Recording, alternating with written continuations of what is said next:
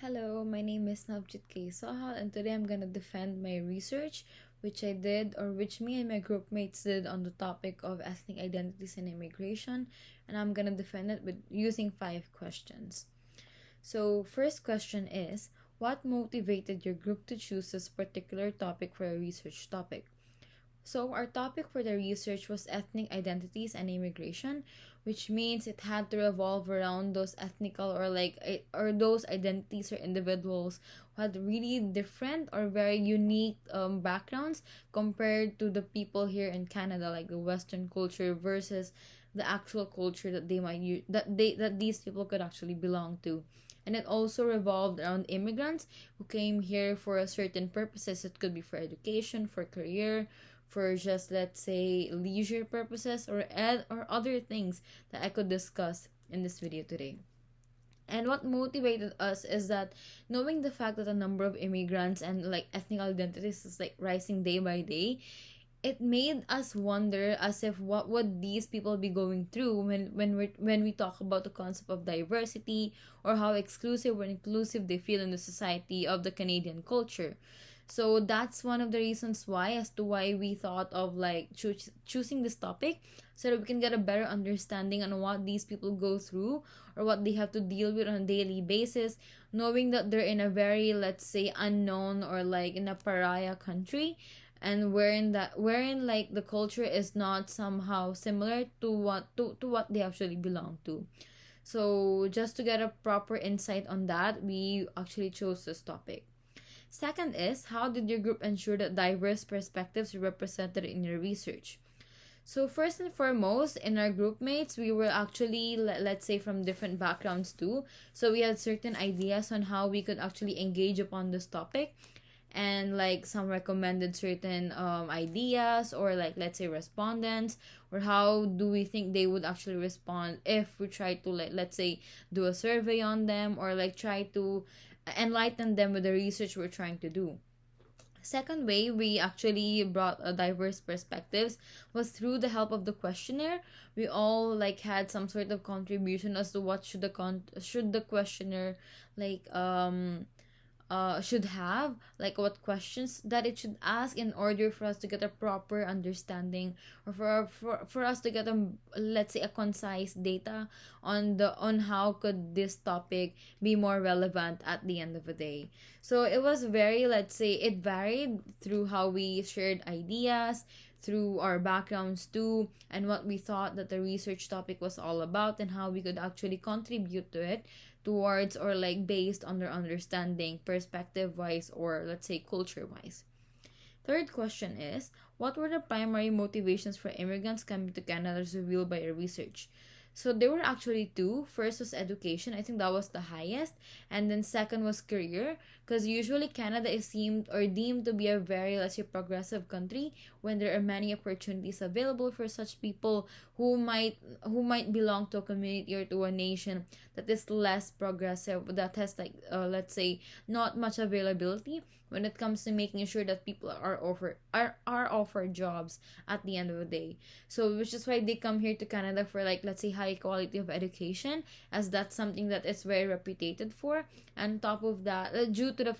facilities available, like for example here at Seneca, like the facilities that were being provided here could not be provided anywhere else, let's say back home or any other country, because they have a different way of teaching us. And that's something that might have actually let's say motivated them to move to Canada. Second is career. So like what I talked about before, I think there's much more opportunities here, knowing that the economy is always progressing, and it's always coming up with new concepts to actually help people out with their employment issues, which is why the success rate here for people to be successful in their lives is pretty much higher compared to the third world countries that some of these immigrants or ethnic identities might belong to.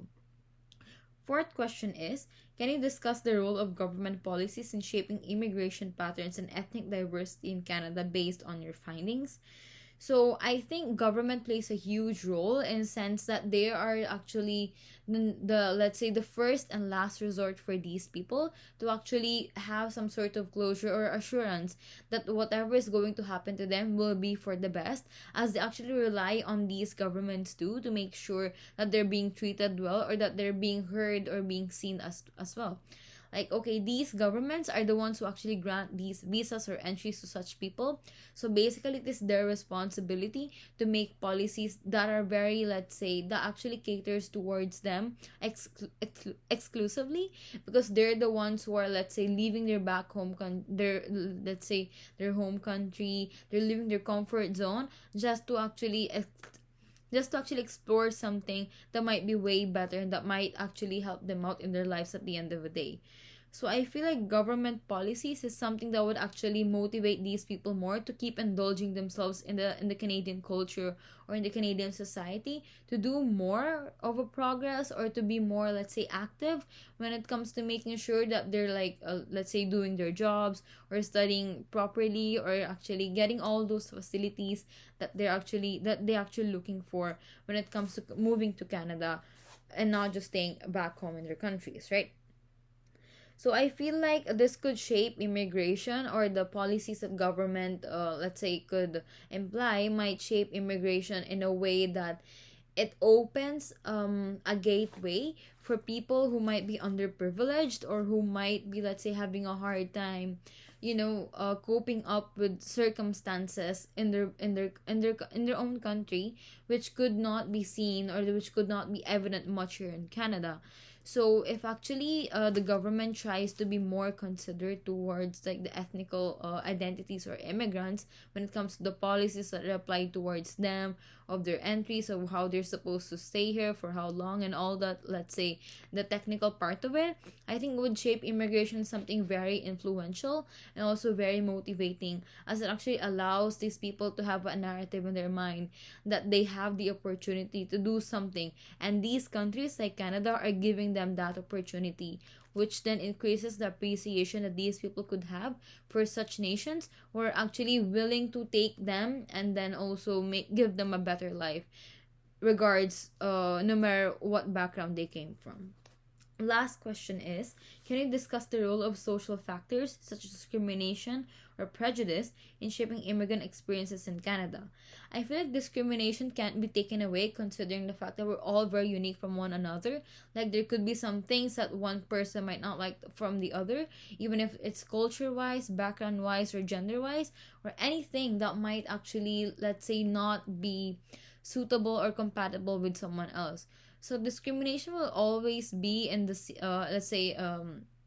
will always be there, knowing that we all have different perspectives. We tend to be very judgmental sometimes, as that's something innate, our human nature. And I feel like those social factors as discrimination, actually it let's say